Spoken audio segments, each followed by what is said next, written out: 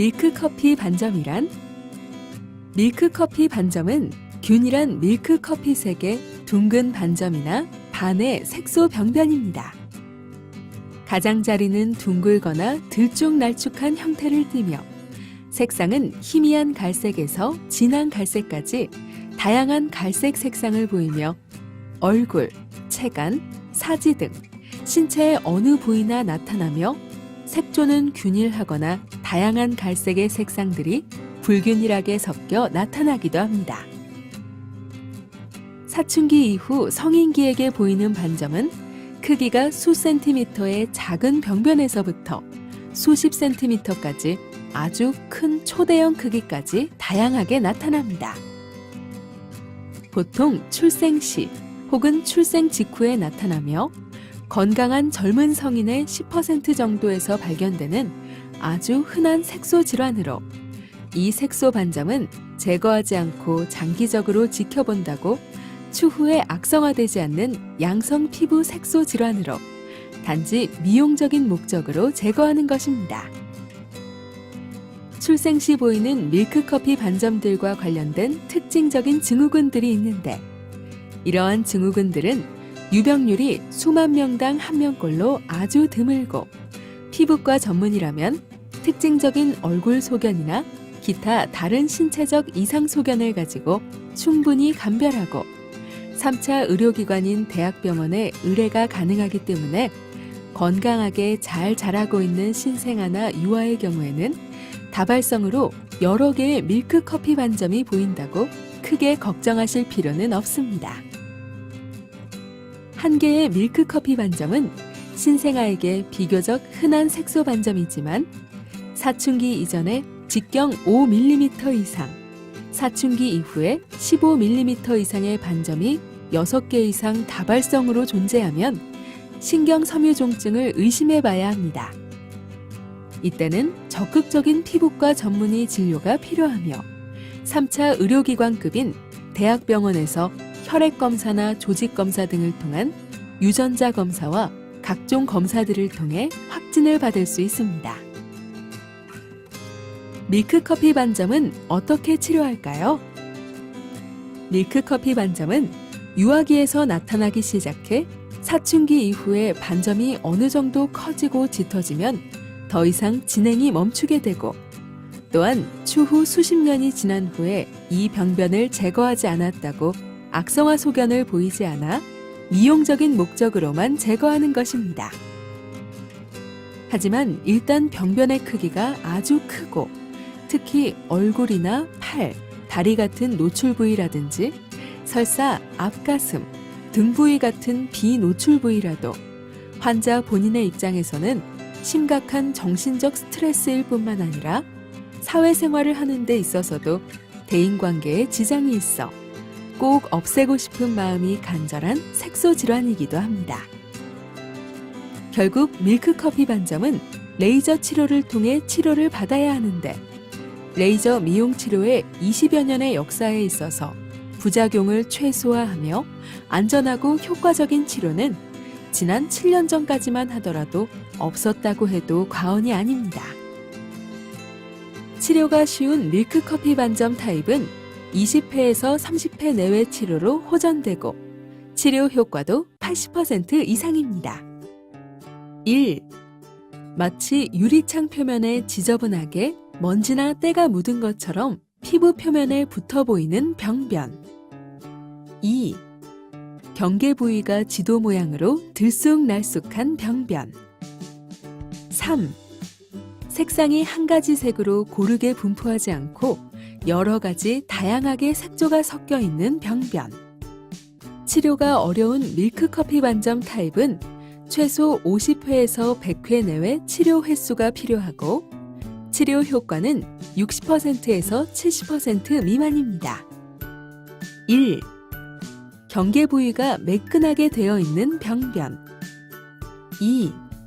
색상이 한 가지 색으로 균일하게 분포하는 경우. 치료가 아주 어려운 밀크커피 반점 타입은 신경섬유종증에 동반된 밀크커피 반점, 최소 100회 이상 치료 횟수가 필요하고 치료 효과는 50%에서 60% 미만입니다. 1. NF1 제1형 신경섬유종증에서 보이는 다발성 밀크커피 반점. 2. NF6 제6형 신경섬유종증에서 보이는 다발성 밀크커피 반점.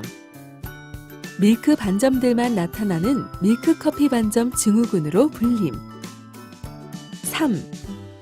SNF 분절형 신경섬유종증의 밀크커피 반점. 고출력 레이저 시술을 피해야만 하는 이유가 뭘까요? 고출력 방식의 레이저 치료는 마취 크림 도포, 수면 마취, 전신 마취하에 레이저 치료를 받았을 때 딱지가 생기는 치료를 의미합니다. 현재 고출력 치료로 사용 중인 대표적인 레이저 장비들입니다. 1. Q-스위치 방식의 엔디아그 레이저, 알렉산드라이트 레이저, 루비 레이저. 2. 피코 방식의 엔디아그 레이저, 알렉산드라이트 레이저. 3. 롱펄스 방식의 KTP 레이저, 알렉산드라이트 레이저. 4. 박피성 레이저로 어뷸야그 레이저. 5. 프락셔널 레이저로 어뷸 글라스 레이저, 어뷸야그 레이저, CO2 레이저, 튤륨 레이저. 6. 광치료기 IPL 이런 레이저로 병변 부위에 딱지가 생기는 시술을 받게 되면 전체 시술 환자의 10% 내외에서만 호전되는 반응을 보이고 나머지에서는 시술 후 오히려 심각한 부작용으로 더욱더 병변을 악화시키는 결과를 초래해서 10% 내외의 가능성을 가지고 이런 시술을 권해드리기에는 너무 큰 부담이 따르게 됩니다. 그리고 이런 결과는 아주 거대한 밀크커피 반점에서는 거의 치료 실패와 부작용 가능성은 100% 가깝게 됩니다. 단 이 중에서 1927나노미터 파장대의 튤륨 프락셔널 레이저는 에너지 강도를 잘 조절하면 딱지가 않는 방식이 다른 레이저와 달리 아주 작은 미세한 모래알 같은 딱지가 앉았다가 떨어지면서 갈색 반점 부위가 밝게 되는 효과가 있어 이 계통의 레이저로는 저출력 방식 치료를 주 치료로 하면서 병행 치료법으로 보조적인 치료로는 안전하게 사용할 수 있습니다. 고출력 레이저 시술의 부작용은 어떤 게 있나요? 그러면 고출력 치료 시 심각한 부작용들은 어떤 게 있는지 알아보겠습니다. 먼저 제일 흔하게 보이는 부작용은 과색소 침착으로 처음 치료 시보다 오히려 병변이 짙어지는 것으로 색소 침착이 저절로 없어지기까지 최소 6개월에서 길게는 수년의 시간이 필요하게 됩니다.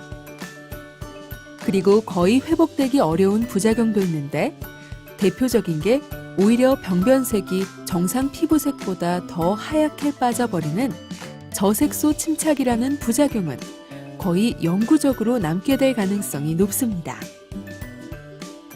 다음으로 회복되기 어려운 부작용은 병변 부위 경계부 테두리로만 진하게 색소 침착이 와서 아주 보기 싫게 보이는 부작용인데 이런 부작용도 회복되기가 거의 어렵습니다. 또한 색이 빠지면서 색이 빠진 병변 부위 안의 모낭 주위로 두드러지게 색소 침착이 오는 경우도 회복하기가 상당히 어렵습니다. 시술 후 딱지가 떨어진 후 병변이 상당히 붉게 변하는 지속적인 붉음증 현상도 거의 회복되기 어렵습니다. 그 밖에 튀어나오는 흉터가 생기는 비후성 반응, 예측 불가능한 켈로이드성 흉터 등등 다양한 고출력 치료 부작용 사례들이 있습니다. 저출력 방식의 타겟 포커싱 치료란 무엇인가요? 포토나 QX-MAX를 사용하여 기존의 딱지가 않는 치료 시 적용하는 3에서 4mm의 작은 스팟 사이즈에 심한 홍반과 딱지가 않는 고출력 에너지 강도를 사용하지 않고 6에서 8mm의 큰 스팟 사이즈를 사용하여 딱지나 점상 출혈이 생기지 않는 강도인 저출력 에너지 강도를 이용해 아주 느린 속도로 병변 부위에 조사하는 방식을 의미합니다. 기존의 고출력 치료 소아의 치료 시 반드시 수면 마취가 필요했었는데 이 치료법은 마취 크림을 바른 후에 시술받으면 약간의 뜨거운 느낌만 있어 소아의 경우에도 마취 크림 도포만으로도 안전하게 치료가 가능하게 되었고 성인은 마취 크림을 바르지 않고도 시술을 바로 할 수 있습니다. 시술 후 딱지가 생기지 않아 2시간에서 3시간 정도의 약간의 홍반만 생기고 나중에 바로 회복되므로 일상생활에 전혀 지장이 없는 혁신적인 치료법입니다. 하지만 이러한 치료법은 매주 1회씩 최소 20회에서 최대 100회 이상까지 장기간의 치료가 필요합니다.